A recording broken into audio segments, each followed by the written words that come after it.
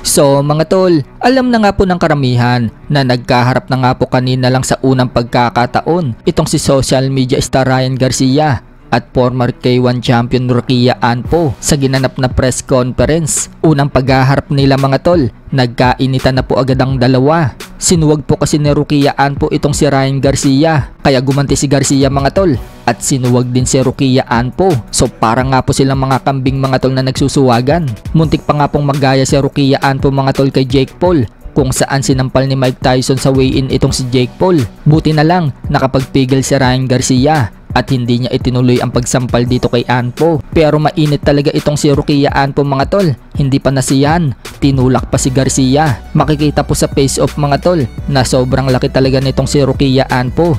Nagmukhang maliit nga po dyan si Garcia. Mas lalo nga pong nagiging seryoso si Garcia mga tol sa laban niya kay Anpo nang pagmumurahin siya ni Anpo habang may binabasang script at ibinato pa ito sa kanya. Pinupukol nga po ni Anpo mga tol yung issue ni Garcia sa labang kay Devin Haney sa pag-overweight nito at paggamit ng ipinagbabawal na gamot. Dahil dyan mga tol, mukhang na bad trip itong si Garcia at nagbanta kay Anpo na wawasakin umano niya ito at tuturuan daw ng lesson. Sisiguraduhin daw ni Garcia mga tol na hindi daw magiging masaya ang New Year ni Anpo.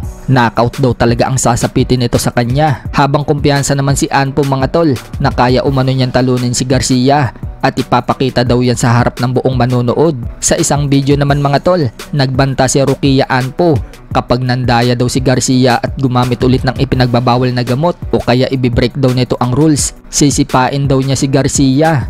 So sa December 30 na nga po magaganap ang laban na yan mga tol sa Japan at isa po yung pay-per-view. Samantala, pagkatapos ng laban na yan mga tol, isusunod umano ni Ryan Garcia si Jake Paul. Lalabanan daw niya ito sa 185 pounds. Aminado si Garcia mga tol, magmimistulang maliit daw siya kay Jake Paul. Pero naniniwala daw siya sa skills pay the bills. Katulad na lang daw ng ginawa ni Mayweather sa labang kay Logan Paul.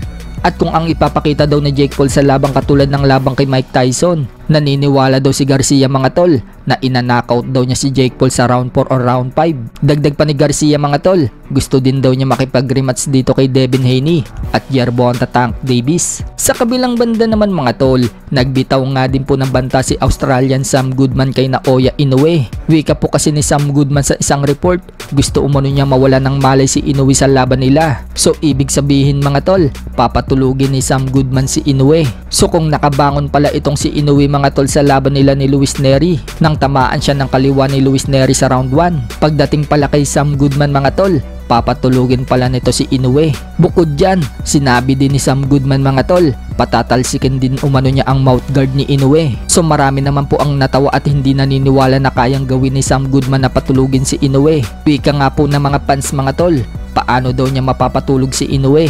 Wala naman daw siyang punching power. Baka nga daw baliktad pa ang mangyayari at siya pa ang matulog kay Inoue. So tingnan na lang po natin mga tol kung ano ang mangyayari sa laban na yan. Ngayong December 24 na nga po yan magaganap sa Japan. Malay natin, pinagandaan talaga ni Sam Goodman itong si Inoue. Kapag na-upset ni Sam Goodman si Inoue mga tol, magugulat talaga ang buong mundo. Pero pagdating sa mga analyst mga tol, maliit ang tsansa ni Sam Goodman na magawa niya yan.